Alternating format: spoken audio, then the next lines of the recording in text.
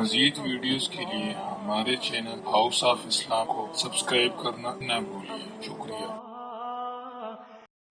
وہاں چلے گئے، ان صحابی نے دیکھا حضور اقدس صلی اللہ علیہ وسلم تشریف لائے ہیں، تو ان کی تو خوشی جان رہی۔ انہوں نے آپ کو اپنے باغ کے اندر ایک درخت کے نیچے بٹھایا، اور گرمی کا موسم تھا، شدید گرمی مدینہ منورہ کی، اور یہ موسم بھی بظاہر وہ تھا جو کھجوریں پکنے کا موسم۔ جب کھجوریں پکتی ہیں مدینہ منورہ میں تو اللہ تعالیٰ ایک بھٹی سلگاتے ہیں وہاں پر، ایسی کہ گرمی اتنی زبردست ہوتی ہے کہ اس کا یہاں بیٹھ کے ہم تصور بھی نہیں کر سکتے۔ تو وہ سخت گرمی کا موسم، اس درخت کے نیچے بٹھایا، اور جو تازہ تازہ کھجوریں اس وقت پکی ہوئی تھی وہ حضور اقدس صلی اللہ علیہ وسلم کی خدمت میں لا کر پیش کی، اور ٹھنڈا پانی۔ حضور اقدس صلی اللہ علیہ وسلم کو ٹھنڈا پانی بڑا مرغوب۔ ساری دنیا کی نعمتوں میں آپ فرماتے ہیں کہ 3 نعمتیں مجھے پسند ہے بہت تمہاری دنیا کی، ان میں سے ایک ٹھنڈا پانی، اور کھانے پینے کی کوئی بھی چیز حضور اقدس صلی اللہ علیہ وسلم کے لیے یہ ثابت نہیں ہے کہ آپ نے خاص طور پر اہتمام کر کے دور سے منگوائی ہو کہ بھائی بڑا چیز ہمیں پسند ہے تو لے کر آؤ فلاں جگہ سے کھانے کے لیے، ایسا کبھی بھی نہیں ہوتا تھا۔ لیکن پانی، ٹھنڈا پانی اس مرغوب تھا، لہذا ایک کنواں تھا تقریباً مسجد نبوی سے آج بھی موجود ہے، مسجد نبوی سے تقریباً 3-4 میل کے فاصلے پر، بیر غرق۔ اب وہ بند ہو گیا ہے، پانی اس میں نہیں ہے، کنواں ہے لیکن پانی نہیں۔ اس کنویں سے آپ پانی منگوایا کرتے تھے پینے کے لیے، کیونکہ وہاں کا پانی ٹھنڈا بھی اور میٹھا بھی زیادہ ہوتا ہے، اتنا آپ کو پسند ہے۔ اور بلکہ آپ نے وصیت فرمائی کہ مجھے غسل بھی اسی غرض کے پانی سے دیا جائے، چنانچہ آپ کو غسل بھی اسی غرض کے پانی سے دیا جائے، تو اسی کنویں کے پانی سے۔ تو اس واسطے آپ کو ٹھنڈا پانی مرغوب بات۔ تو وہ کھجوریں لائے، ٹھنڈا پانی لائے، آپ نے کھجوریں تناول فرمائی اور ٹھنڈا پانی پیا، سائے میں بیٹھے۔ تو بعد میں جب سب کچھ کر چکے تو فرمایا کہ دیکھو یہ جو نعمت اللہ تعالیٰ نے اس وقت عطا فرمائی کہ اچھی کھجوریں ملی، ٹھنڈا پانی ملا، سایہ ملا، یہ بھی وہ نعمت ہے جس کے بارے میں قرآن کریم میں لَتُسْأَلُنَّ يَوْمَئِذٍ عَنِ النَّعِيمِ سورہ تکاثر میں فرمایا کہ اس دن جب آخرت کا دن آئے گا تو اس نعمت کے بارے میں بھی سوال ہوگا قیامت کے دن کہ ہم نے تمہیں یہ نعمت دی تھی، اس نعمت کا تم نے کیا شکر ادا کیا۔ تو ہر قدم پر دنیا کے نعمتوں سے فائدہ بھی اٹھا رہے ہیں، اور فائدہ اٹھانے کے ساتھ ساتھ دھیان لگا ہوا ہے آخرت کی طرف، تاکہ کہیں ایسا نہ ہو کہ یہ دنیا کی نعمتیں ہمیں اپنے اندر اتنا منہمک کر دیں کہ ہم آخرت سے غافل ہو جائیں۔ لہذا جو خلاصہ بات کا نکلتا ہے وہ یہ کہ دنیا ملعون اور مذموم اس وقت ہے جب انسان کو آخرت سے غافل کرے۔ محبت بھی اس درجہ میں جائز ہے جتنی انسان کی طبعی محبت ہوتی ہے دنیا کی چیزوں سے، وہ جائز ہے، لیکن اس میں اتنا انہمام یہ برا ہے کہ جو بالآخر بسا اوقات انسان کو گناہ میں مبتلا کر دیتا ہے۔ لہٰذا انہمام سے بچنا چاہیے۔ ان سب چیزوں کو لے کے ساتھ کیسے چلے، یہ ہے نقطے کی بات جو ہمارے آپ کے کرنے کی ہے۔ اگر یہ کہوں کہ بھائی چھوڑ کے بیٹھ جائیں ہم لوگ، کاروبار چھوڑ دیں اور بہت توتے لائے امود پہ اکتفا کریں وغیرہ وغیرہ، تو یہ عمل کی کرنے کی بات نہیں۔ لہذا کرنے کی بات کیا ہے، اب وہ سمجھ۔ کرنے کی بات یہ ہے کہ دنیا میں رہو، دنیا کو برتو، دنیا کے اندر اللہ تعالیٰ نے جو حقوق عائد کیے ہیں ان کو بجا لاؤ، لیکن اس طرح بجا لاؤ کہ اسی دنیا کے کاروبار کے اندر، دنیا کے اندر رہتے ہوئے اپنا دھیان ہر آخرت کی طرف بڑھاتے چلے جاؤ، گھٹانے کے بجائے۔ تو پھر یہی دنیا تمہارے لیے آخرت بن جائے گی، یہی دنیا دین بن جائے گی۔ جیسے کہ جب کوئی کام کرو دنیا کا کوئی بھی کام کرو، کمانا ہو، کھانا ہو، ملنا ہو، ملاقات ہو، سونا ہو، جاگنا ہو، جو کچھ بھی دنیا کا کام ہے، اس دنیا کے کام کو ایک طرف تو حتی الامکان یہ کوشش کرو کہ جو بقدر ضرورت ہے اسی حد تک اکتفا ہو، اور دوسرا یہ کہ اس کے ساتھ اللہ تبارک و تعالیٰ کی طرف رجوع کی عادت ڈالو۔ دنیا کے ہر کام میں اللہ تعالیٰ کی طرف رجوع اللہ۔ جیسے کمانے جا رہے ہو، اللہ تعالیٰ کی طرف رجوع، یا اللہ آج دکان پر جا رہا ہوں، صبح کو نکلے دکان پر جانے کے لیے، یا اللہ دکان پر جا رہا ہوں، تجارت کرنے جا رہا ہوں، آپ نے تجارت کو حلال قرار دیا ہے، میرے ذمہ کچھ حقوق ہیں، ان حقوق کی ادائیگی کے لیے نکلا ہوں، اے اللہ ایک تو اس تجارت میں مجھے برکت عطا فرما دیجیے، اور اے اللہ اس تجارت میں مجھے اتنا منہمک نہ کیجیے کہ جو مجھے آخرت سے غافل کر دے۔ راستے میں دعا کرتے چلے گا، کیوں بھائی کوئی مشکل کام؟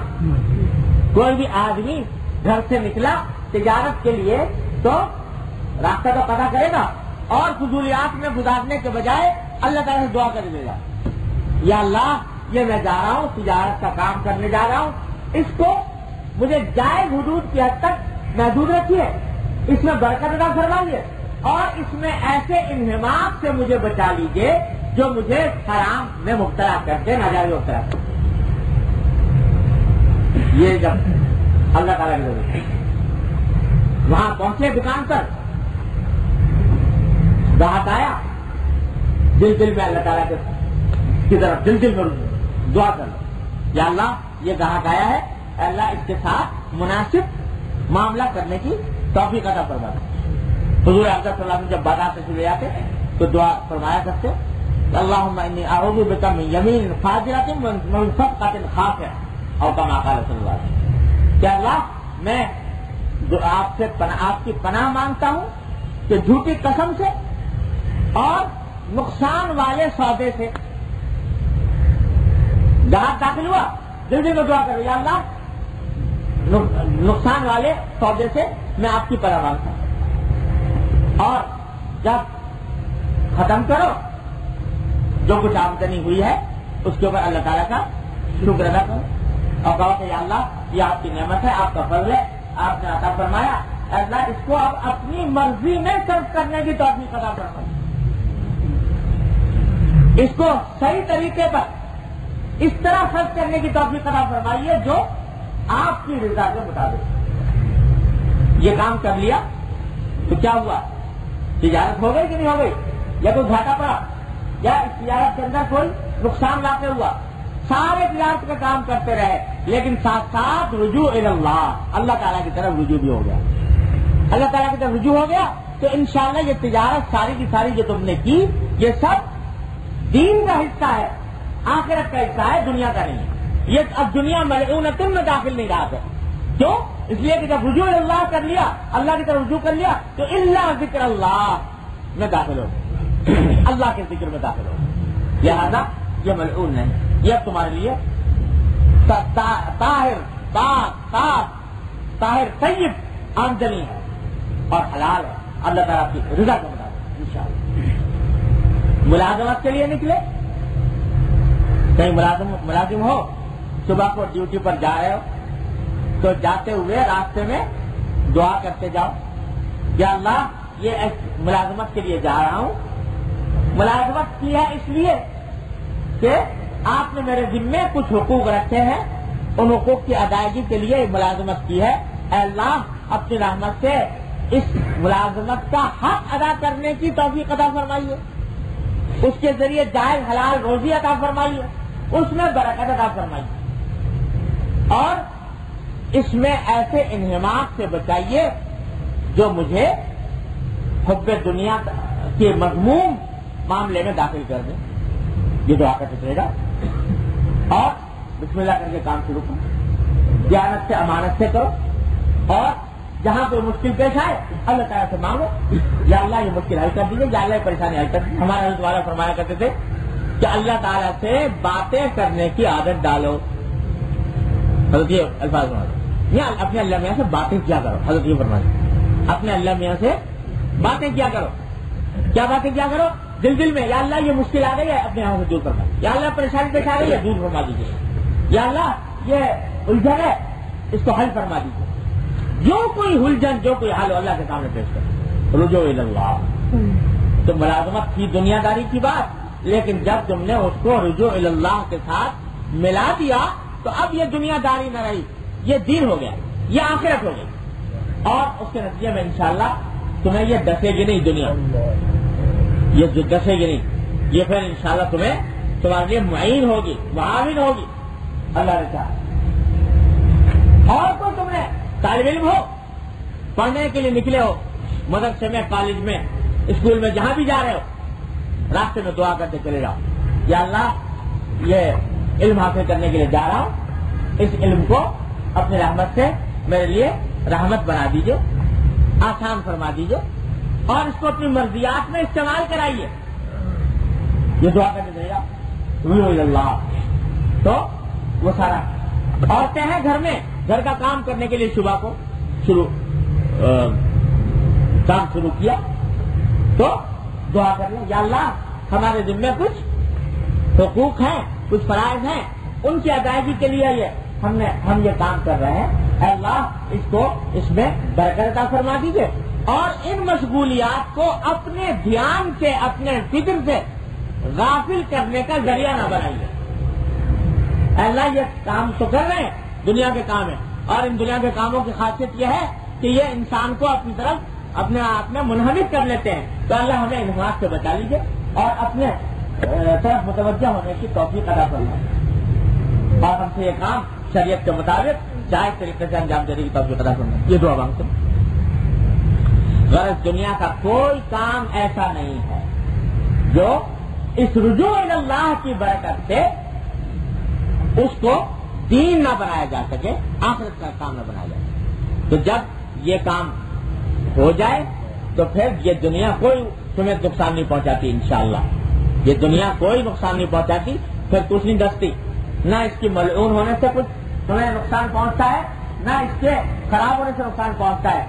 بشرطے کہ یہ کام کرتے جاؤ، شریعت کے حدود میں کرو، رجوع الی اللہ کے ساتھ کرو، اللہ تعالیٰ کی طرف رجوع. بس کیا بتاؤں، یہ ہمارے حضرت رحمۃ اللہ علیہ اس کے اوپر بار بار اس طرح زور دیا کرتے تھے، اور کہنے کو کہہ دیا میں نے بھی، آپ نے بھی سن لیا، لیکن کام کرنے سے ہوتا ہے، مشق کرنے سے ہوتا ہے، عادت ڈالنے سے ہوتا ہے کہ ہر قدم پر رجوع الی اللہ، رجوع الی اللہ، رجوع الی اللہ، اللہ تعالیٰ کی طرف رجوع.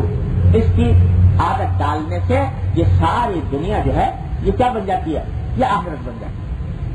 یہ جو ہمیں دعا کو دعا تلقین فرمائی گئی نا، ربنا آتنا فی الدنیا حسنۃ وفی الآخرۃ حسنۃ. اے اللہ ہمیں دنیا میں بھی اچھائی دیجیے اور آخرت میں بھی اچھائی دیجیے.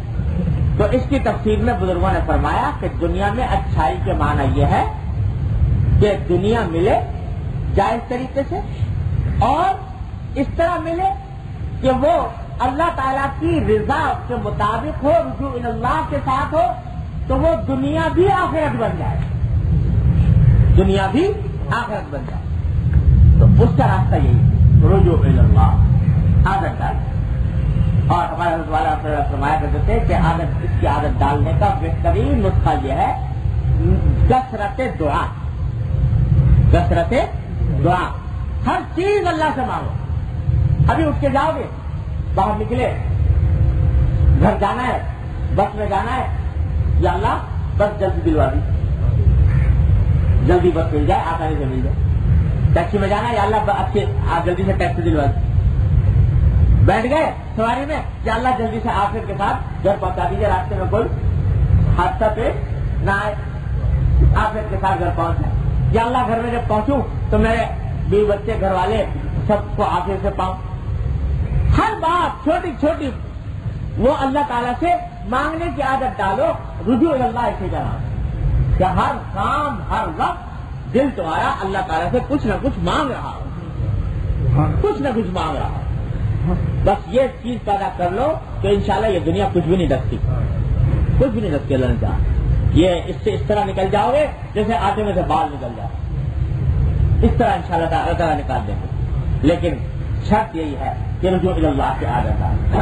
ہمارے حضرت مجذوب صاحب رحمۃ اللہ علیہ فرماتے ہیں دنیا کے بارے میں کہ دنیا میں ہوں دنیا کا طلبگار نہیں ہوں، دنیا میں ہوں دنیا کا طلبگار نہیں ہوں، بازار سے گزرا ہوں خریدار نہیں ہوں. کیا کہ دنیا میں ہوں، دنیا سے فائدہ اٹھا رہا ہوں، اس کی لذتیں لے رہا ہوں، لیکن اس کی وہ محبت جو مجھے اپنے اللہ سے غافل کر دے الحمدللہ وہ خرید نہیں. یہ ہے کہ اللہ تبارک و تعالیٰ آپ کی رحمت سے عطا فرما دے تو بس سمجھو کہ سارے دریدر دور ہو گئے. انہیں مجذوب صاحب کا واقعہ یاد آ گیا.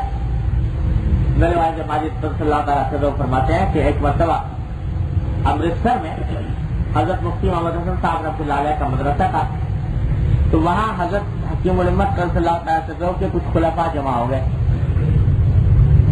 حضرت مجذوب صاحب بھی تھے، والد صاحب بھی تھے، خیر محمد صاحب وغیرہ، حضرت مفتی محمد حسن صاحب تھے.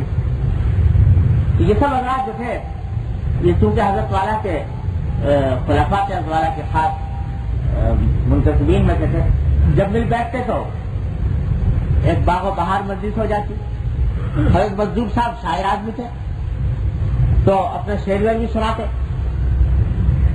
کافی دیر کہنے لگے وہ مرتبہ مجلس ہوتی رہی، شعر سناتے رہے اور ادھر ادھر کی بہت سی باتیں ہوتی رہی.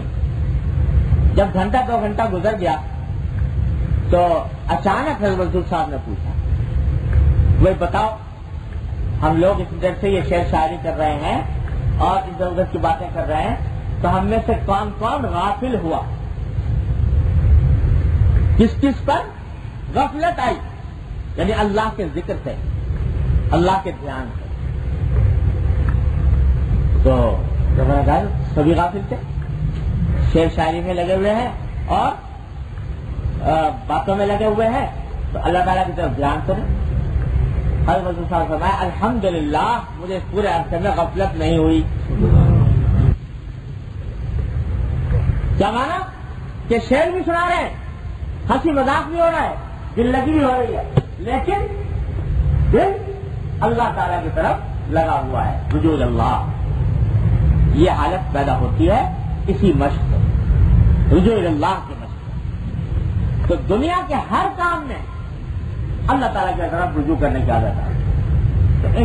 اور حرام سے بچتے رہو، گناہ سے بچتے رہو، اللہ تعالیٰ کے فرائض اور واجبات ادا کرتے رہو تو پھر انشاءاللہ یہ کچھ بھی نہیں بگاڑ کی دنیا. اللہ تعالیٰ نے شیطان پیدا ضرور کیا اس دنیا کے اندر، دنیا کو بڑا مزین بنانے کے لیے، لیکن ساتھ میں یہ بھی کہہ دیا کہ نقید شیطان کان ضعیفا، شیطان کا مکر بڑا کمزور ہے. یعنی جو آدمی اس کے سامنے ڈٹ جائے تو یہ ڈھیلا پڑ جاتا ہے اور پھر مقابلے کی اس میں طاقت نہیں رہتی اور اس کا راستہ اللہ تعالیٰ کی طرف رجوع ہے. بس بھائی یہی آج کا سبق ہے. اللہ تبارک و تعالیٰ اپنی رحمت سے ہمیں آپ کو اس پر عمل کرنے کی توفیق عطا فرمائے. کہ خلاصہ یہی ہے کہ دنیا دل لگانے کی چیز نہیں، جتنا طبی محبت ہے وہ اجازت ہے، لیکن انہماک سے اپنے آپ کو اس سے بچاؤ. اس طرح نہ ہو کہ بس دل و دماغ ہر وقت اسی میں لگا ہوا ہے. اور اس کا طریقہ ہے رجوع اللہ، اللہ تعالیٰ کی طرف رجوع. انشاءاللہ یہ کام کر لیا تو اللہ تعالیٰ اس دنیا سے عافیت کے ساتھ گزار دیں گے. اللہ تعالیٰ اس وطن اصلی تک عافیت اطمینان کے ساتھ ہم سب کو پہنچا دے. اپنے رحمت سے، اپنے فضل و کرم سے، اپنے مقام قرب اور مقام رضا میں ہم سب کو پہنچنے کی توفیق عطا فرمائے. باخر دعوانا الحمدللہ.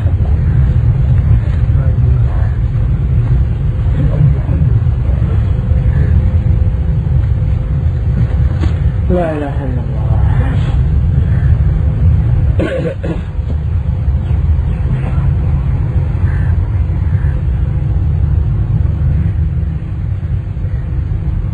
فی الآخرۃ حسنۃ وقنا عذاب النار. ربنا آتنا فی الدنیا حسنۃ وفی الآخرۃ حسنۃ وقنا عذاب النار. یا ارحم الراحمین اپنے فضل و کرم اپنی رحمت سے ہمارے تمام گناہوں کو معاف کرو. یا اللہ ہمارے تمام چھوٹے بڑے اگلے پچھلے خفیہ علانیہ ہر طرح کے گناہوں کو معاف کرو. بسم اللہ الرحمن الرحیم. السلام علیکم سامعین. یہ سی ڈی آپ کی خدمت میں شعبہ دارالارشاد کی جانب سے پیش کی جا رہی ہے۔ کیسٹ اور سی ڈی ملنے کا پتہ: دارالارشاد، اردو بازار، کراچی، پاکستان۔ ای میل ishaq@dgcom.net.pk۔ Phone number 030022814002۔ شکریہ۔ الحمد لله نحمده ونستعينه ونستغفره ونؤمن به ونتوكل عليه ونعوذ بالله من شرور أنفسنا ومن سيئات أعمالنا من يهده الله فلا مضل له ومن يضلله فلا هادي له وأشهد أن لا إله إلا الله وحده لا شريك له وأشهد أن سيدنا وسندنا ونبينا ومولانا محمدا عبده ورسوله صلى الله تعالى عليه وعلى آله وأصحابه وبارك وسلم تسليما كثيرا. أما بعد،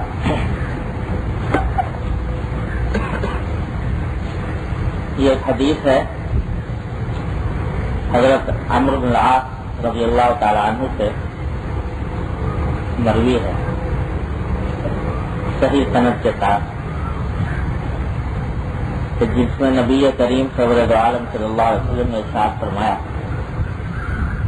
کہ نعم المال الصالح للرجل الصالح، کہ نیک مال نیک آدمی کے لیے اچھا ہے. نیک مال نیک آدمی کے لیے اچھا ہے، یعنی آدمی نیک ہو، اور نیک ہونے کا معنی یہ ہے کہ شریعت کا متبع ہو، شریعت پر چلنے والا ہو، اور اس کو مال بھی نیک حاصل ہو، یعنی حلال طریقے سے، جو اللہ تبارک و تعالیٰ نے حلال طریقے مقرر فرمائے ہیں اس سے حاصل ہو، تو وہ مال اس نیک آدمی کے لیے اچھا ہے، قابل شکر ہے. اللہ تبارک و تعالیٰ کا شکر ادا کر کے اس کو استعمال کرنا چاہیے. پچھلے اجتماع میں حدیثیں جو پڑھی تھی اس میں دنیا کی مذمت وارد ہوئی تھی، دنیا کی برائی، کہ دنیا مومن کے لیے قید خانہ ہے، اور یہ کہا گیا تھا کہ دنیا کی محبت ہر برائی کی جڑ ہے، اور یہ بھی فرمایا گیا تھا کہ دنیا ملعون ہے. الی آخری کئی حدیثیں اسی مرتبہ سنائی گئی تھی. یہ حدیث اس کا دوسرا رخ بتا رہی ہے. پچھلی مرتبہ میں نے یاد کیا تھا کہ دنیا جس کی مذمت آئی ہے وہ دنیا ہے جو اللہ تبارک و تعالی سے اور آخرت سے غافل بنائے، غفلت پیدا کرے. اور جو دنیا غفلت پیدا نہ کرے بلکہ اللہ تبارک و تعالی کی طرف رجوع میں اور اضافہ ہو، تو وہ دنیا درحقیقت دنیا نہیں، وہ بھی دین ہے.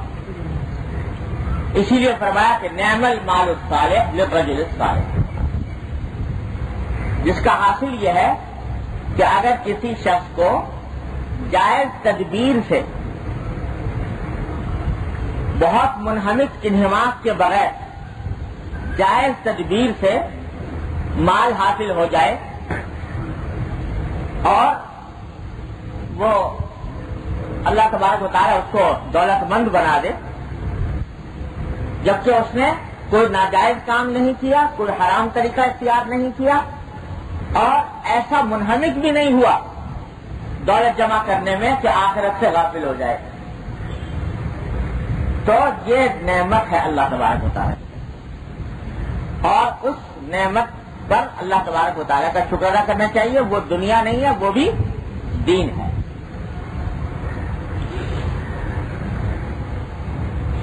بعض اوقات اللہ تبارک و تعالیٰ کسی طلب کے بغیر بھی، کوشش اور محنت کے بغیر بھی عطا فرما دیتے ہیں. بغیر طلب کے عطا فرما دیتے ہیں، جبکہ اس کی محبت دل میں اس طرح نہیں ہے کہ جو انسان کو اللہ سے اور آخرت سے غافل کر دے. تو یہ بھی اللہ تعالیٰ کی نعمت ہے. اللہ تعالیٰ کی نعمت کو شکر ادا کر کے استعمال کرنا چاہیے. بزرگوں نے کہا ہے کہ چیزیں کے بے طلب رسدا داد خدا، چیزیں کے بے طلب رسدا داد خدا، پورا تو رد مکن کے فرشتاد خدا.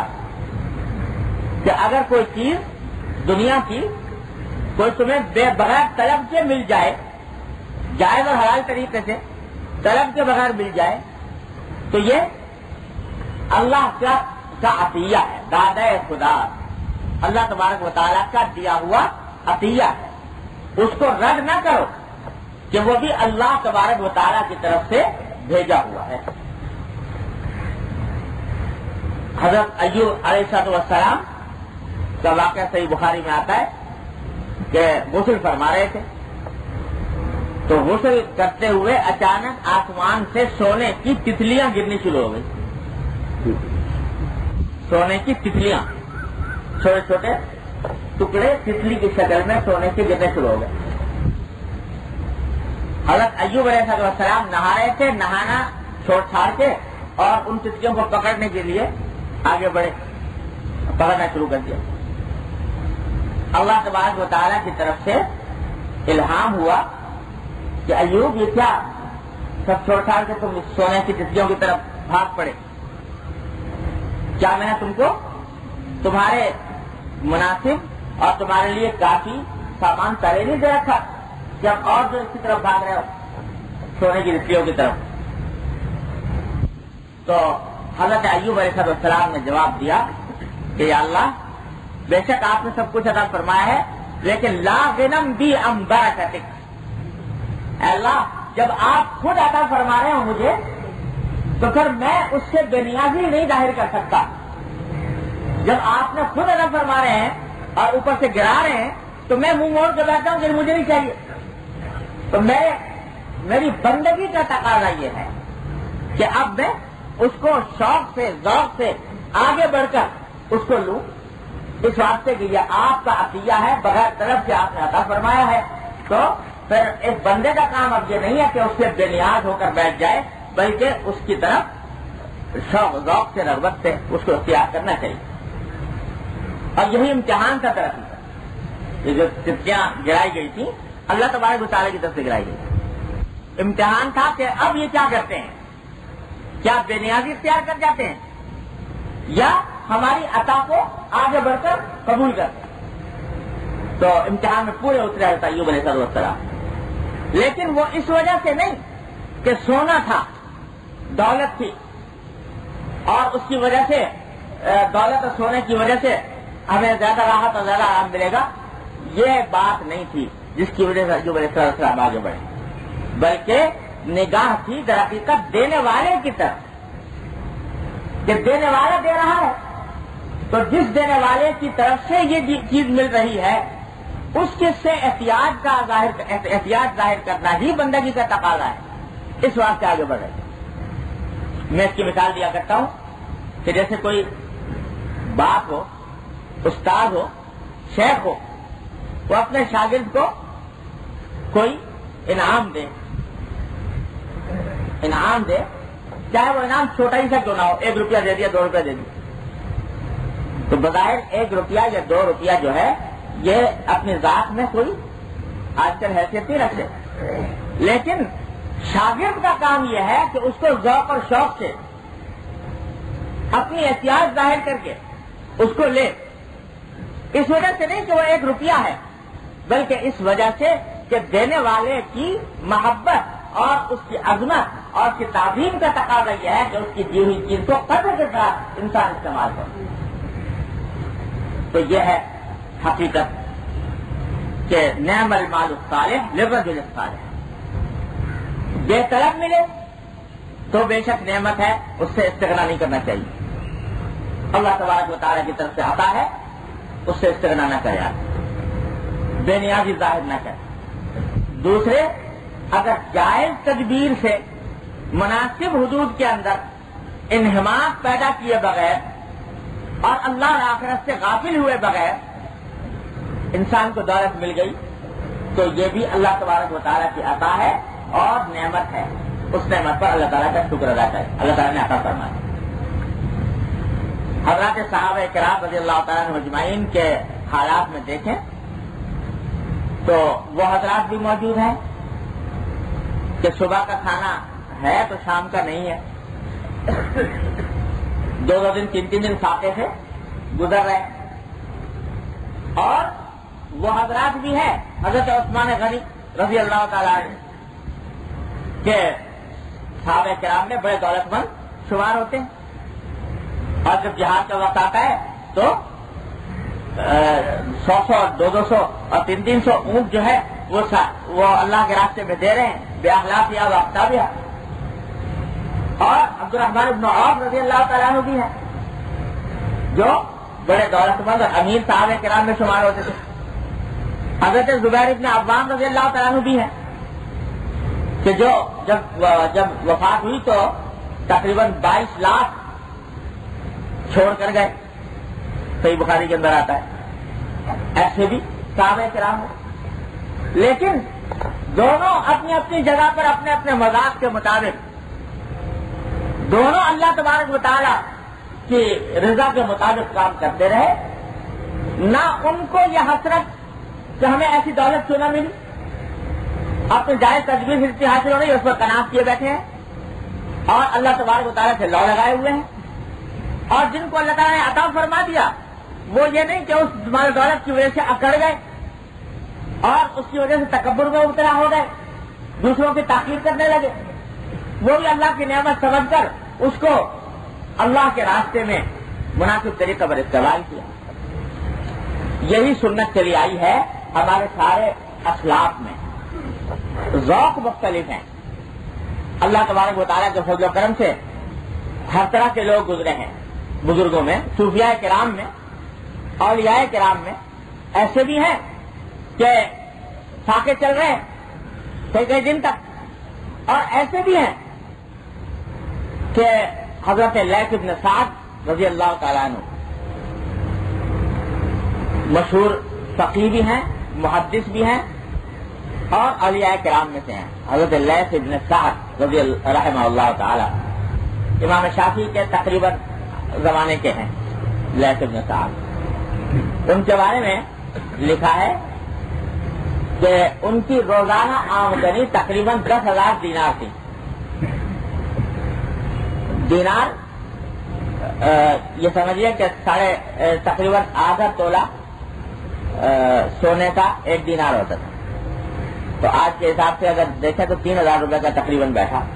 3,000 روپے کا 1 دینار, تو 10,000 سے اس کو ضرب دے دو. کتنی آمدنی ہوئی روزانہ, کتنی آمدنی تھی. لیکن ساتھ ساتھ یہ بھی لکھا ہے کہ ساری عمر کبھی زکوٰۃ فرض نہیں ہوئی.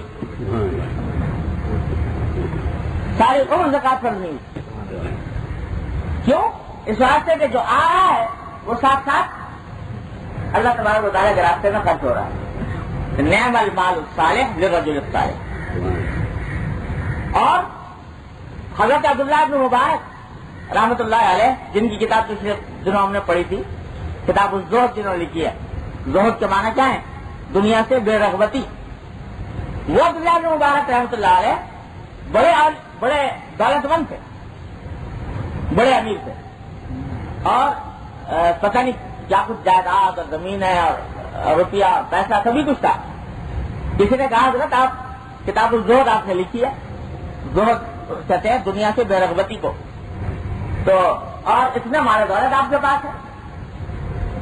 تو اس پر انہوں نے کہا کہ اگر یہ دولت ہمارے پاس نہ ہوتی تو اس لیے رکھی ہوئی ہے کہ اگر یہ نہ ہوتی تو لتمنگل بہا ہؤلاء, یہ ہمارے جو بنو عباس کے خلفاء تھے یعنی بادشاہ لوگ, یہ حرام کھا کر ہمیں رومال بنا کر ہاتھ پہنچا کرتے. مطلب یہ کہ یہ لوگ ہم سے ہمیں محتاج سمجھ کر اور کمزور سمجھ کر ہم سے اپنی مرضی کے مطابق کام کرانا چاہتے, جائز ناجائز کاموں میں. الحمدللہ اللہ تعالیٰ نے یہ دولت فرمائی, ان سے استغنا دیا ہے, ان لوگوں سے بے نیاز ہیں اور اس کی وجہ سے کسی کے محتاج نہیں, تو اللہ تعالیٰ کا شکر ہے عافیت کی زندگی گزر رہی. یہ عبداللہ مبارک رحمہ اللہ تعالی، حضرت سفیان ثوری، امام ابو حنیفہ، یہ سب اچھے خاصے مالدار حضرات تھے، لیکن مال جو کچھ تھا وہ نہ تو یہ کہ مال کے پیدا کرنے میں دن رات لگے ہوئے ہیں، انہماک ہے اور آخرت سے غافل ہے اور اللہ کے احکام سے غافل ہے، یہ نہیں. اور مال جو آ رہا ہے اس کے مصارف اللہ تبارک و تعالیٰ کے راستے میں بہت کثرت کے ساتھ خرچ ہو رہا ہے. تو یہ نعم المال الصالح للرجل الصالح. حضرت ابو ذر غفاری رضی اللہ تعالیٰ عنہ درویش صحابہ کرام میں سے ہیں. وہ فرماتے ہیں کہ ایک مرتبہ میں حضور اقدس صلی اللہ علیہ وسلم کی خدمت میں حاضر ہوا مکہ مکرمہ میں. معلوم ہوا کہ آپ حرم میں تشریف لے گئے مسجد حرام. جب حرم میں داخل ہوا تو دیکھا کہ آپ کعبہ شریف سے ٹیک لگائے ہوئے تشریف فرمائے. تو میں جب مجھے آتے ہوئے دیکھا تو آپ نے بے ساختہ ایک جملہ فرمایا، هم الاکثرون ورب الکعبہ. رب کعبہ کی قسم وہ لوگ بڑے خسارے میں ہیں.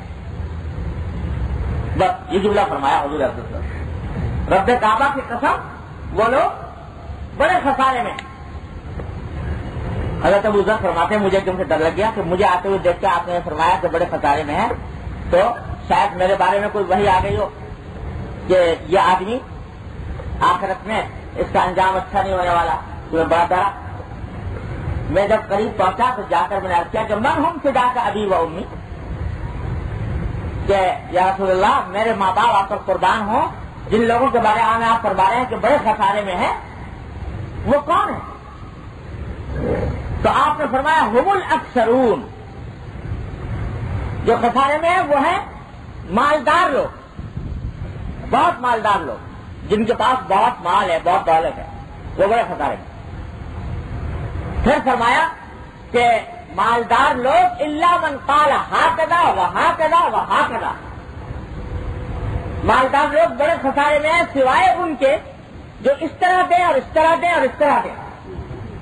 یعنی مٹھیاں بھر بھر کے لوگوں کو ان کی حاجتوں کے پورا کرنے میں اپنے مال کو خرچ کریں تو وہ خسارے میں نہیں ہوں گے. لیکن جو لوگ ایسا نہیں کرتے تو وہ بڑے خسارے میں ہیں، کیونکہ ان کو ایک ایک تائی کا حساب دینا ہوگا آخرت میں کہ کہاں سے آئی تھی اور کہاں گئی تھی.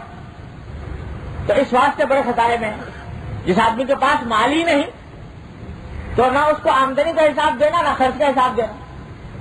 لیکن جس کے پاس مال بہت زیادہ ہے تو اس کی آمدنی کا بھی حساب دینا ہے اس کو کہ کہاں سے حاصل ہوئی، اور خرچ کا بھی حساب دینا ہے کہ کہاں خرچ کیا. اس واسطے بڑے خسارے میں ہیں. جو اللہ کے راستے میں خرچ کرتے ہیں تو پھر ان کے لیے حساب آسان ہے کہ اللہ کے راستے میں خرچ کر دیا، بتا دیا.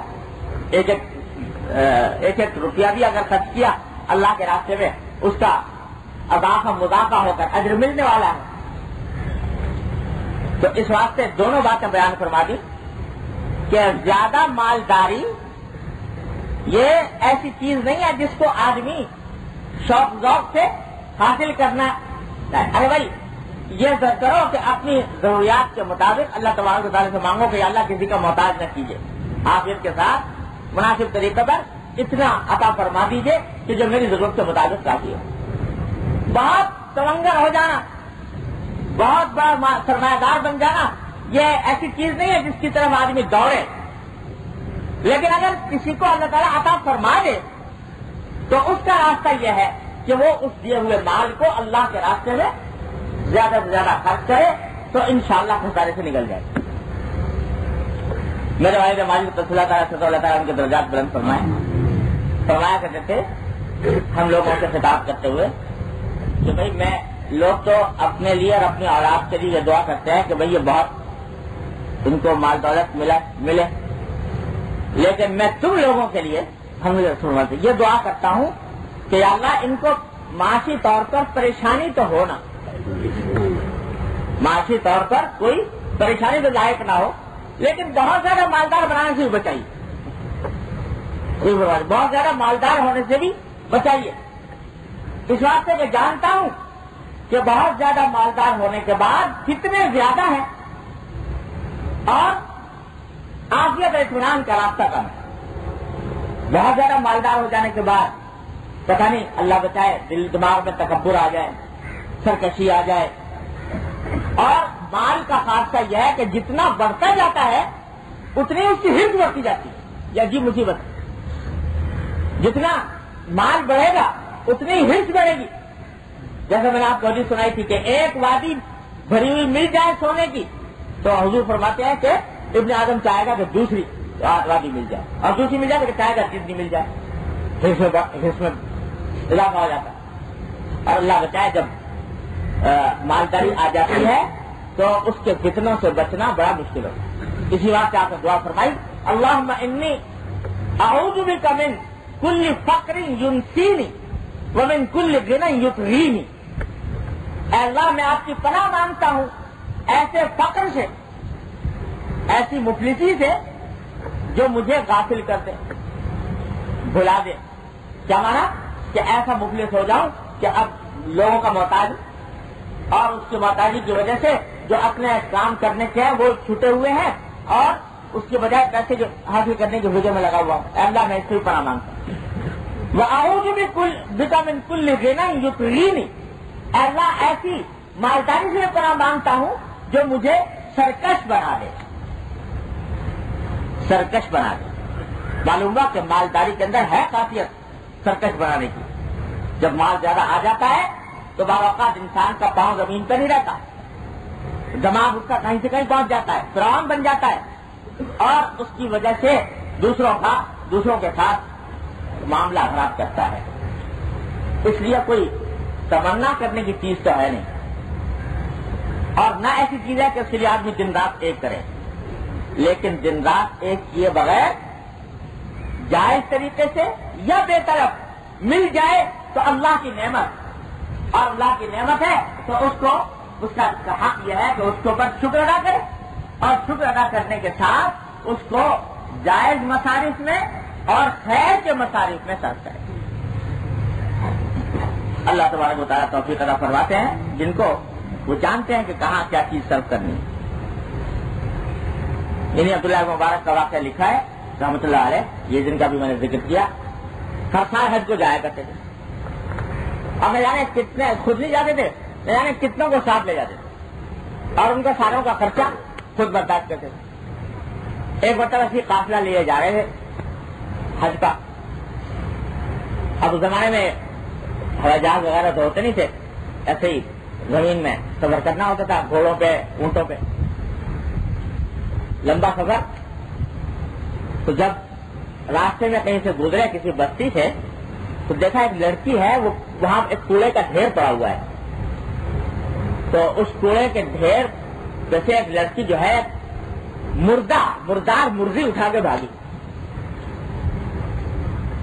حضرت عبداللہ مبارک نے دیکھا کہ لڑکی مردار مرغی اٹھا کے بھاگی ہے, تو جا کے اس سے پوچھا کہ بیٹا یہ کہاں سے, یہ کیوں اٹھایا تم نے؟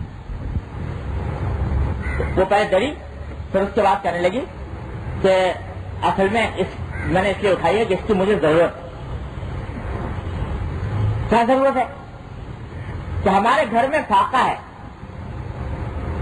اور ہم اس حالت میں پہنچ گئے ہیں جب ہمارے لیے مردار کھانا حلال ہو جاتا ہے. تو اس واسطے میرے گھر والوں نے کہا تھا کہ تم جا کر وہاں سے دیکھ کے آؤ, اگر کوئی چیز پڑی ہو تو اٹھا لاؤ. یہ مردار مرغی لے کے جا رہی ہوں, اپنے گھر والوں کو کھلاؤں. حضرت عبداللہ مبارک رحمۃ اللہ علیہ نے فرمایا اپنے ساتھیوں سے کہ دیکھو بھائی, ہم تو حج کرنے جا رہے ہیں, کوئی حج کرنا ہمارے ذمہ فرض نہیں, نفل ہے. میرا حج بھی نفل, تمہارا بھی نفل. اور یہ اللہ کے بندے ایسے ہیں جو فاقے میں مبتلا ہیں, کھانے کو ان کے پاس نہیں, یہاں تک کہ مردار مرغی کھانے میں مجبور ہو رہے ہیں. لہذا اب ہم حج کرنے کا ارادہ ملتوی کرتے ہیں, کوئی حج کو نہیں جائے گا, اور جتنا روپیہ ہم حج میں صرف کرتے تو ہم یہاں اس بستی کے غریب لوگوں کے اوپر صرف کریں تاکہ ان کی حالت درست ہو جائے اور یہ مردار کھانے پر مجبور نہ ہو. حج کا ارادہ ملتوی کر دیا اور اس کو چھوڑ کر غریب لوگوں کی امداد کے اوپر وہ سارا روپیہ خرچ کیا. جس کو اللہ تبارک و تعالیٰ دین کی فہم عطا فرماتے ہیں تو اس کو پتا ہوتا ہے کہ اس وقت دین کا تقاضا کیا ہے. یہ نہیں کہ ہم نے حج کے فضائل سن لیے، عمرے کے فضائل سن لیے تو بس اب سارا زور اس پر ہے کہ حج کرو اور عمرے کرو اور سارا روپیہ اس میں جا رہا ہے، جبکہ خود ہمارے محلے میں، ہمارے علاقے میں لوگ افلاس کا شکار ہیں، پریشان حال ہے، کھانے کو نہیں ہے. ایسے حالت میں پھر افضل یہ ہے کہ ان کی حاجتیں پوری کی جائیں. اللہ تبارک و تعالیٰ تمہیں ان کی حاجت پوری کرنے میں انشاءاللہ حج اور عمرے کا ثواب عطا فرمائے. ہمارے ہاں بن گئی ہے ایک رسم کہ یہ پتا ہے کہ بھائی حج کرنا ہے، عمرہ کرنا ہے، یار بڑے ثواب کا کام ہے، تو ہر ایک آدمی بس اسی پہ لگا ہوا، یہ دیکھے بغیر کہ کس جگہ کس چیز کی کیا ضرورت ہے اور کہاں کس مصرف میں خرچ کرنا چاہیے، کس کو زیادہ ترجیح حاصل ہے. اللہ تبارک و تعالیٰ چاہے کون سا عمل زیادہ مقبول ہے. اب دیکھو بعض رسمیں ایسی پڑ گئی ہیں کہ لوگ بس اس کے پیچھے پڑے جاتے ہیں. کوئی شخص بیمار ہوا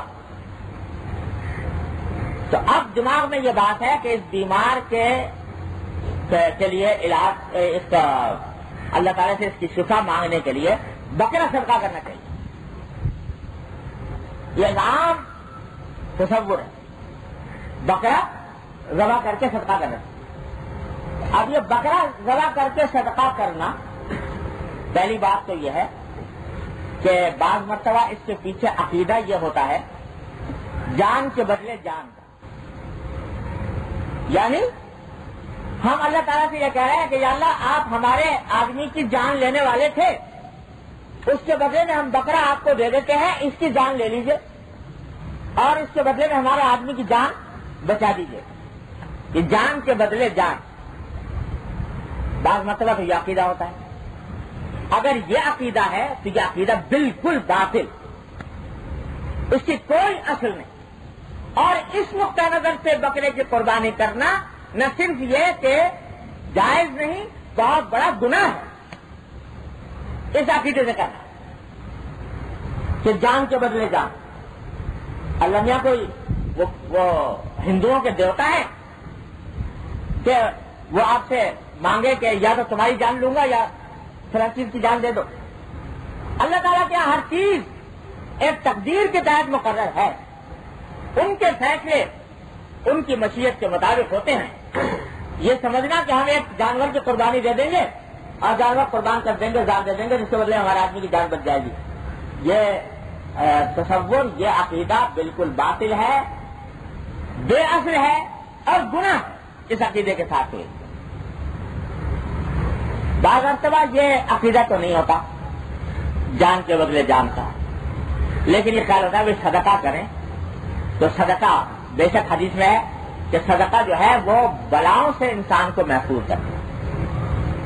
اللہ تبارک و تعالیٰ صدقے کی برکت سے بلائیں دور فرماتے. یہ ٹھیک ہے، یہ عقیدہ درست ہے کہ صدقے کی برکت سے اللہ تبارک و تعالیٰ بلائیں دور فرماتے، لیکن اس میں کسی خاص صدقے کی تخصیص نہیں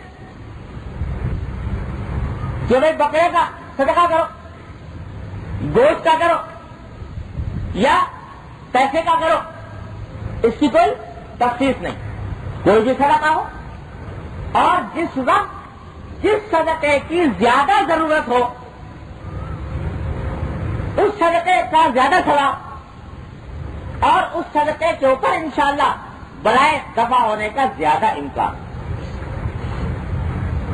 ایک موقع ایسا ہے کہ آپ دیکھ رہے ہیں سب پورے بستی کھاتی پیتے لوگوں کی ہے، اس میں اگر میں بکرا صدقہ کر کے گوشت تقسیم کروں گا تو کوئی خاص گوشت روز کھاتے ہیں لوگ، ان کو کوئی خاص فائدہ نہیں ہوگا. لیکن اس بستی میں تذکروں کی ضرورت ہے، کسی کنویں کی، کسی مسجد کی، کسی مدرسے کی، اور اس میں آپ صدقہ دیں. یقیناً گوشت صدقہ کرنے کے مقابلے میں یہ کنواں کھدوا دینا یا مسجد بنوا دینا، مسجد کے اندر چندہ دے دینا یا مدرسے میں چندہ بھیج رہا ہے، یہ بغیر جہاں زیادہ ثواب کا کام ہوگا بنسبت سے آپ گوشت تقسیم کریں. پھر بھی لوگوں کا اصرار یہ ہوتا ہے کہ نہیں جی بیمار کے لیے تو بکرا ہی صدقہ کریں. یہ اس وجہ سے کہ رسم پر یاد رکھو، اس رسم کی کوئی اصلیت نہیں. جہاں جیسا صدقہ زیادہ فائدہ مند ہو، ویسا ضرورت جس کی زیادہ ہو ویسا صدقہ کر. دیکھو عبداللہ بن مبارک رحمۃ اللہ علیہ نے حج کرنا موقوف کر دیا اس وجہ سے کہ وہاں ضرورت خواہش مند لوگوں کے لیے زیادہ ضرورت تھی. تو اسی طریقے سے ہر موقع پر یہ دیکھنا چاہیے. جو ہمارے ہاں تصور پیدا ہو گیا یہ تصور صحیح نہیں ہے. تو غرض نعم المال الصالح للرجل الصالح کے معنی یہ ہے کہ اللہ تبارک و تعالیٰ نے مال عطا فرمایا ہے جائز حلال طریقوں سے، اور اس مال کو مسلط نہیں کیا تمہارے اوپر. ایک بزرگ نے بڑی اچھی بات کہی کہ بھائی مال اس وقت تک بہتر ہے جب تک وہ تمہارا خادم ہو. تمہارا خادم ہو کیا مانا؟ کہ تمہاری ضرورتیں پوری کرے، تمہیں راحت پہنچائے، تمہیں آرام پہنچائے. اور جو مال ایسا ہو کہ تمہیں اپنا خادم بنا لے، کہ تم دن رات اس کے پیچھے پڑے ہوئے ہو، اس کی خدمت کرنے میں لگے ہوئے ہو، کیسے حاصل کروں، کیسے عبادت کروں، اور کیسے اس کی دیکھ بھال کروں، دماغ پر سوار ہے وہ. تو وہ مال اچھا مال نہیں. اس واسطے کہ مال کا کام تو یہ تھا تمہیں راحت پہنچاتا، اب الٹا تمہیں عذاب میں مبتلا کر رکھا ہے، دن رات اسی میں لگے ہوئے. اسی قرآن شریف فرماتا ہے کہ اللہ تبارک و تعالیٰ بعض اوقات انسانوں کو اسی مال کے ذریعے عذاب دیتا ہے. مال کے ذریعے عذاب دیتا ہے. مال تو بہت ہے لیکن وہ مال بجائے اس کے کہ راحت کا سبب بنتا، الٹا تکلیف کا، مصیبت کا سبب بنا ہوا ہے. کہ آج یہ مصیبت ہے کہ ٹیکس والا کھڑا ہے، اس کو کیسے جواب دوں، اور یہ مصیبت ہے کہ صاحب فلاں قانون کی گرفت میں آنے والا ہوں، اس کو کیسے بچاؤ. زندہ کسی فکر میں مبتلا ہے انسان. تو وہ مال خادم نہ رہا، وہ مخدوم بن گیا اور انسان اس کا خادم بن گیا. جو مال اللہ تبارک و تعالیٰ عطا فرمائے اور انسان کی خدمت کرے تو نعمت ہے اللہ تبارک و تعالیٰ کی، اس کو نعمت سمجھ کر استعمال کرنا چاہیے، اللہ تعالیٰ کا شکر ادا کرنا چاہیے. اب ہمارے حضرت کی بات سن لیجیے کام کرنے والی. وہ یہ کہ جب اللہ تبارک و تعالیٰ کسی کو دے دے مال، ان شرائط کے تحت جو میں نے بتایا، حرام طریقے سے نہیں آیا، حلال طریقے سے آیا، انحماق نہیں ہوا، بغیر انحماق کے اللہ تعالیٰ نے عطا فرمایا، تو نعمت ہے. اب جب بھی اس مال کا تصور آئے، اس کو دیکھو، اس سے کوئی راحت حاصل کرو، فوراً اللہ تبارک و تعالیٰ سے اللہ لگا کر کہو اللہم لک الحمد و لک الشکر. اے اللہ آپ کا شکر، اللہم لک الحمد و لک الشکر. پیسہ ہے، بیلنس ہے، اللہم لک الحمد و لک الشکر. گاڑی ہے، کار ہے، اللہم. دیکھو جب جتنی ہوتا ہے ڈالو، کہا اللہم لک الحمد و لک الشکر. گھر ہے، آرام دہ ہے، اللہم لک الحمد و لک الشکر. کھانا ہے، لذیذ ہے، اللہم لک الحمد و لک الشکر. جو نعمت بھی مل رہی ہے اس پر جب نگاہ پڑے، جب اس سے راحت حاصل کرو، فوراً اللہ تبارک و تعالیٰ کے جب رجوع کرے اللہ تعالیٰ سے، اللہ تعالیٰ کا شکر. حضرت داؤد علیہ السلام کو کیا فرمایا اللہ تعالیٰ نے؟ داؤد علیہ السلام پیغمبر، اور ان کو بادشاہی بھی دی، دولت بھی دی، سب دے کے کیا فرمایا؟ اعملوا آل داؤد شکرا. اے آل داؤد شکر کرو اللہ تبارک و تعالیٰ. اور شکر یہ نہیں کہا اشکرو، بلکہ اعملوا آل داؤد شکرا، کہ ایسا عمل کرو جو شکر قرار پائے. اللہ تبارک و تعالیٰ کا شکر ادا کرو. تو یہ جب کرتے جاؤ گے تو انشاءاللہ ثم انشاءاللہ یہ دنیا اور یہ مال تمہارے لیے عذاب نہیں بنے گا، بلکہ یہ خود دین بنا دے گا، تمہاری دنیا کو دین بنا دے گا. اور رجوع اللہ سے جب تم نے کر لیا تو تعلق با اللہ قائم ہوگا، اللہ کے ساتھ تعلق قائم ہوگا، تو دنیا کی محبت دل میں بیٹھنے کے بجائے اللہ تبارک و تعالیٰ کی محبت میں اضافہ ہو. بس یہ سیدھا سادہ نسخہ ہے. جائز حلال طریقے سے مناسب تدبیر سے مال حاصل ہوا, اللہ کا شکر ادا, اللہ تعالیٰ کا شکر ادا کر کے اس کو جائز طریقے سے حلال طریقے سے استعمال کرو اور اللہ تبارک و تعالیٰ کے راستے میں خرچ کرنے کی فکر کرو. بینک میں رکھتے ہو نا, جب پیسہ آ جاتا ہے تو آدمی ٹاٹا میں حفاظت سے رکھ ہوا نہ لے جائے, بینک میں رکھ دیتا ہے تو سمجھتا ہے کہ اس سے حفاظت ہو گئی. اور سب سے بڑا بینک یہ ہے کہ اس مال کو اللہ تبارک و تعالیٰ کے راستے میں کہیں خرچ کر دو, تو وہ تمہارے لیے اس جہان کے اندر محفوظ ہو گیا جو ابدی ہے, ہمیشہ رہنے والا ہے, کبھی ختم ہونے والا ہے. وہاں پر بینک میں جتنا ڈالتے ہو اس سے زیادہ کوشش کرو ڈالو اس بینک میں جو تمہیں ہمیشہ کے لیے کارآمد ہو تمہارے لیے. صدقہ, خیرات, اللہ تبارک و تعالیٰ کے راستے میں خرچ کرنا. اور کم از کم اتنا تو کر ہی لو جو میں بار بار عرض کرتا کیا ہے اس مجمع میں کہ ہمارے بزرگوں کا طریقہ یہ تھا کہ زکوٰۃ تو خیر دینی ہے, فرض ہے. زکوٰۃ کے علاوہ اپنی آمدنی کا کچھ حصہ ہمیشہ الگ نکال کے رکھ لو. حضرت حکیم الامت مولانا ثانوی رحمۃ اللہ علیہ اپنی آمدنی کا خمس یعنی 1/5 حصہ, 5واں حصہ آمدنی کا وہ ہمیشہ نکال کے الگ رکھ دو.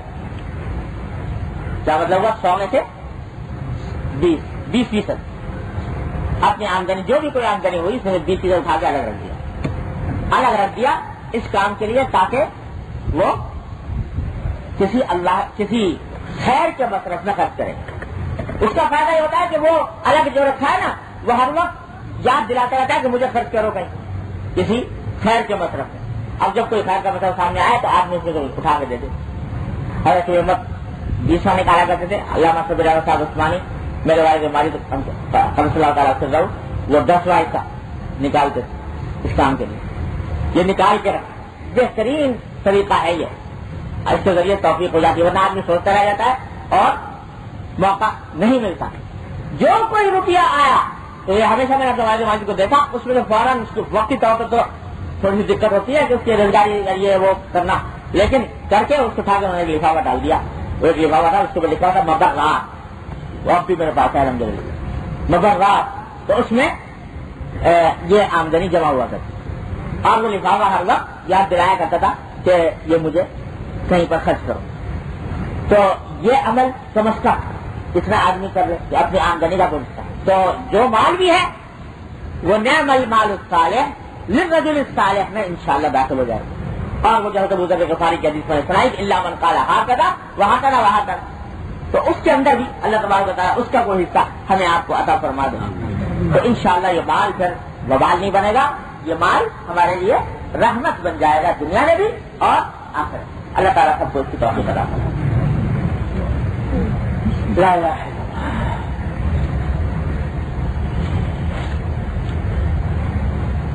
ایک اور حدیث آگے ارشاد فرمائی کہ عز المؤمن استغناؤہ عن الناس.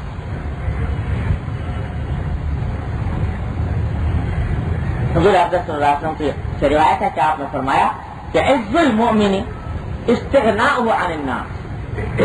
مومن کی عزت یہ ہے کہ وہ لوگوں سے استغنا رکھے,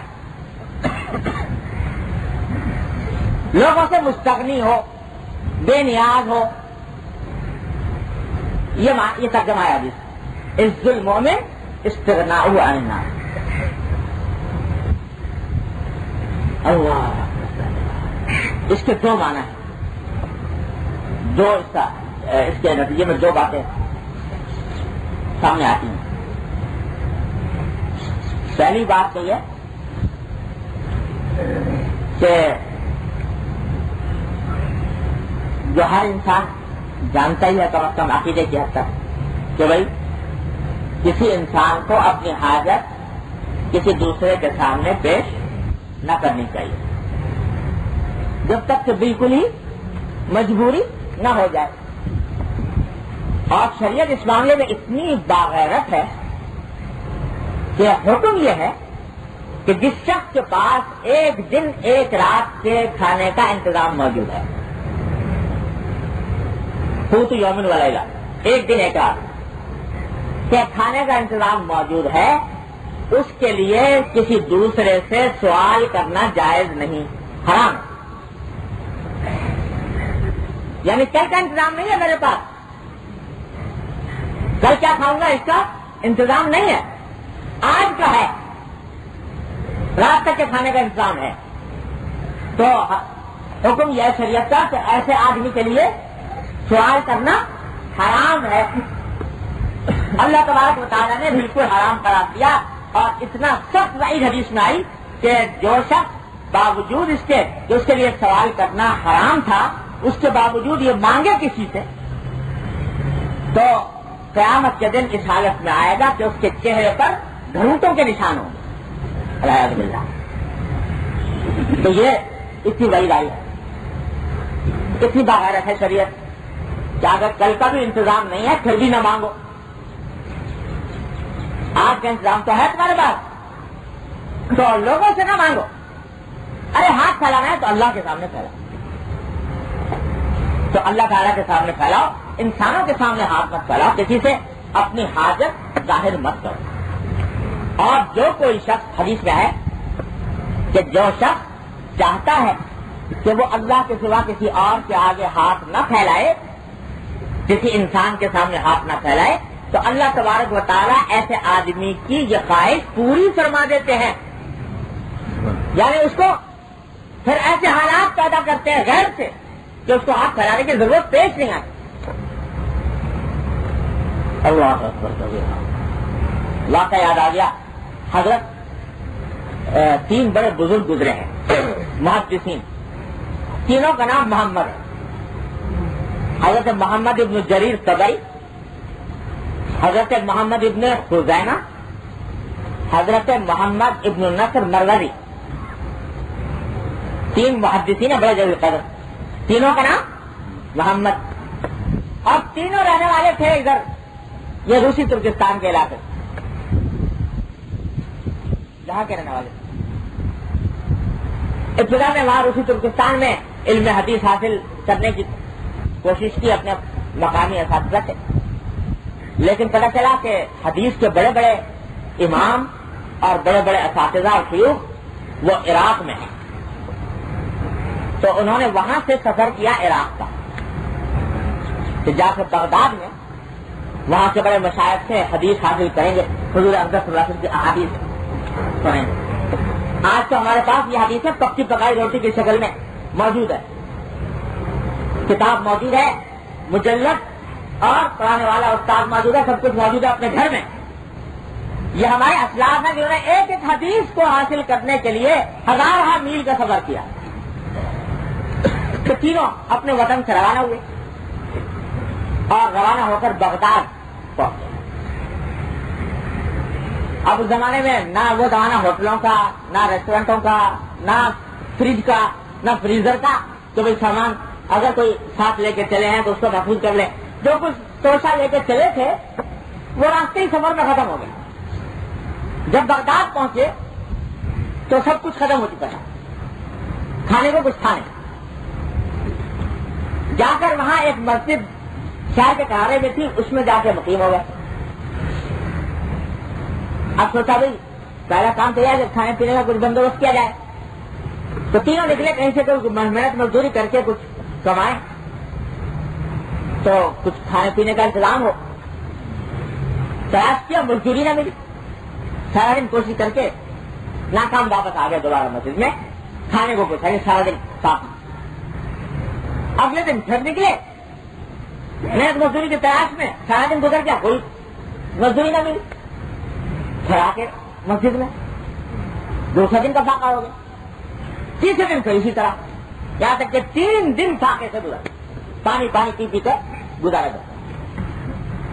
جب 3 دن گزر گئے فاقے سے اور تھوڑا جواب دے گئے، ہاتھ پاؤں کمزوری پہنچا لائق ہو گئی، لبیدم آ گئے، آپس سے مشورہ کیا، کہا کہ بھائی اب وہ مرحلہ آ گیا ہے کہ جب سوال کرنا حلال ہو جاتا ہے، اب تو اگر سوال نہیں کریں گے تو حرام ہوگا، کیونکہ جان جا رہی ہے نا، تو جان بچانے کے لیے اگر سوال کرنا پڑے تو سوال کرنا صرف جائز نہیں، فرض ہو جاتا ہے. اگر نہیں کریں گے تو گناہ ہوگا. لہٰذا چلو اب شریف خاندان سے تعلق رکھنے والے ساری عمر کبھی بھیک نہیں مانگی، تو کہا کہ کیا کریں؟ تو سب ایک پورا ڈال لو، پورا پہ جس کا نام نکلا ہے وہ جا کر کسی سے سوال کر لو. پورا ڈالا تو محمد بن جریر طبری کے نام پر نکلا پورا. انہوں نے کہا میرے نام پر کوئی نکل آیا، بہرحال مجھے جانا ہے، البتہ مجھے اجازت دو کہ میں 2 رکعتیں پڑھ لوں نماز. وضو کیا، نماز 2 رکعت پڑھی اور دعا کی کہ اللہ یہ ہاتھ آج تک آپ کے سوا کسی اور کے سامنے پھیلانے کی نوبت آئی نہیں، لیکن آج یہ نوبت آ گئی ہے اور مجھے جانا ہے. اللہ جس طرح آج تک آپ نے ان ہاتھوں کو اپنے سوا کسی اور کے سامنے پھیلانے سے روکا ہے، آپ کا قدر مطلق ہے، کوئی ایسا طرح فرما دیجیے کہ یہ ہاتھ پھیلانے کی نوبت آئے نہ کسی کے ساتھ. دعا کر رہے تھے، کرتے کرتے جب دعا ختم کی تو مسجد کے دروازے سے ایک آدمی داخل ہوا، نام لے لے کر محمد بن جریر، محمد بن نصر، محمد بن خزیمہ. ابھی حیران کہ اس پورے شہر ہمارا تو کوئی جاننے والا ہے نہیں آج تک. پوچھا بھائی کیا بات ہے؟ کہ بغداد کے حاکم نے آپ کے لیے کچھ تحفہ بھیجا.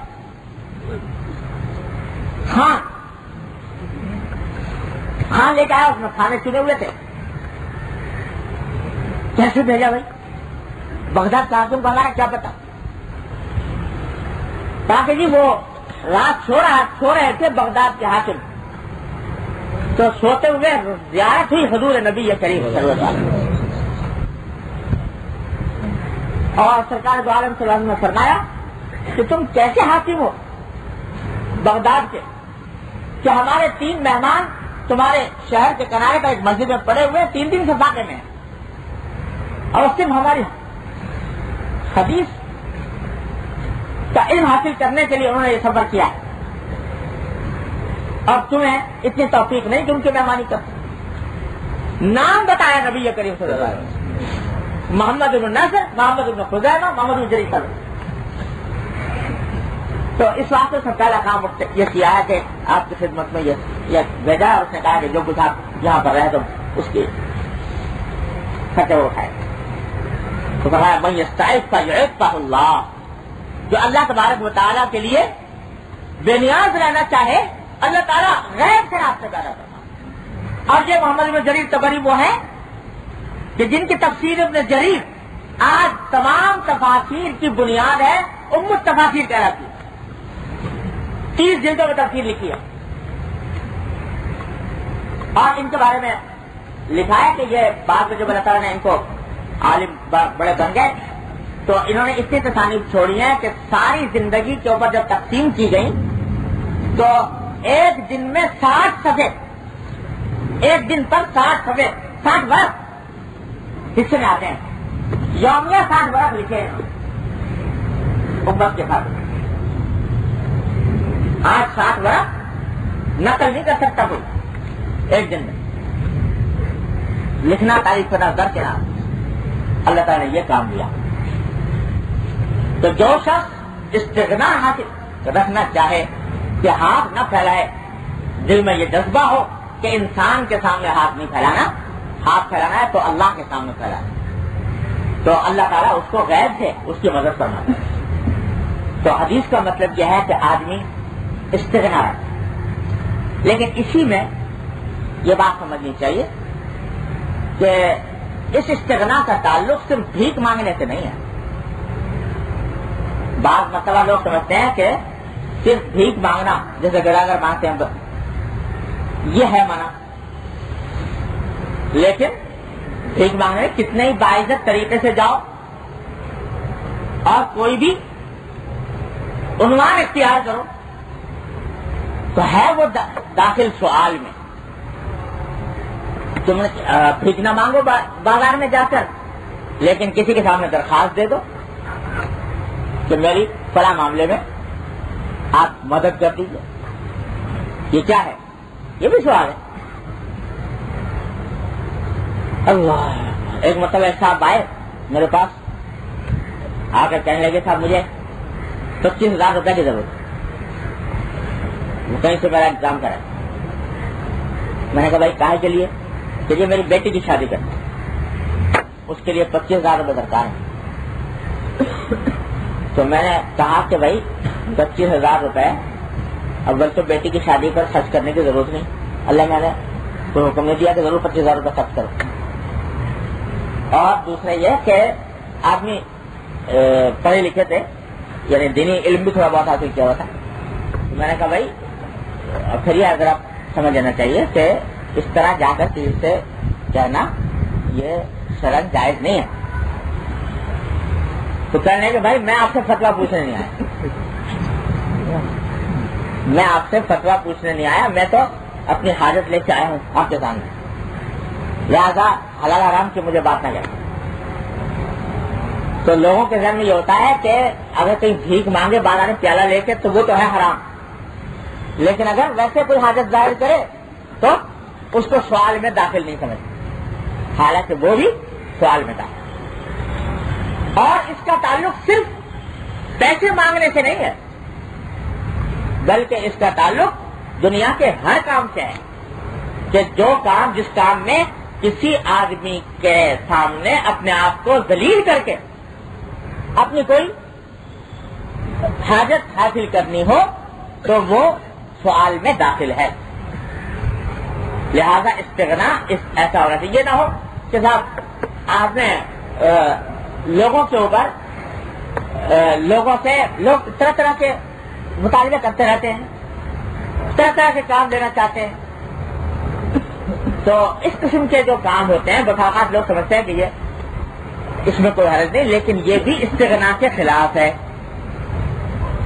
ہر وہ چیز جس میں خیال ہو کہ دوسرے آدمی کو اس کے میرے اس فرمائش سے اس کو تکلیف ہوگی یا اس کو طبیعت پر ایک بوجھ ہوگا، اور اس صورت میں اس سے وہ بات طلب کرنا یہ ٹھیک نہیں. حتی الامکان کوشش کرو کہ بس اپنے حد تک جتنا کام کر سکتے ہو وہ کرو، اور دوسروں کو مکلف نہ کرو اپنے کسی کام کی.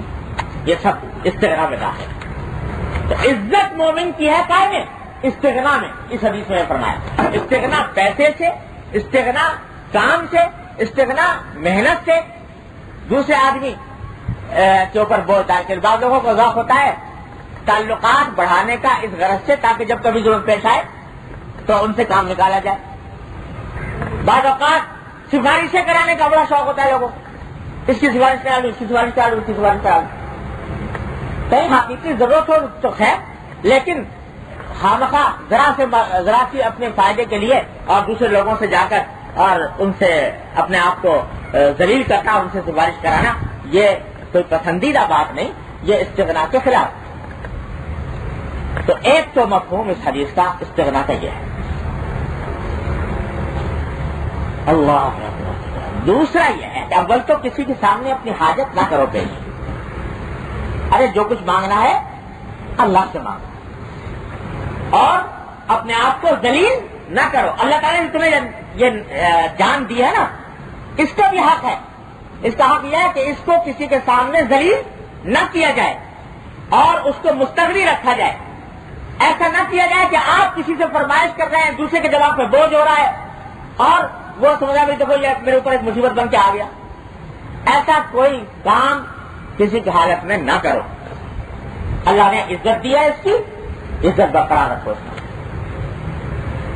دوسرے معنی اس کے ایک اور ہے حدیث، وہ یہ کہ اگر بالفرض کسی جائز طور پر کسی کے سامنے کوئی حاجت پیش کرنی پڑ جائے، انسان کو ضرورت پڑتی ہے، بیمار ہو گیا، ڈاکٹر کے پاس گیا، ڈاکٹر سے کہ میرا علاج کر، تو ظاہر ہے کہ ایک انسان سے درخواست کی.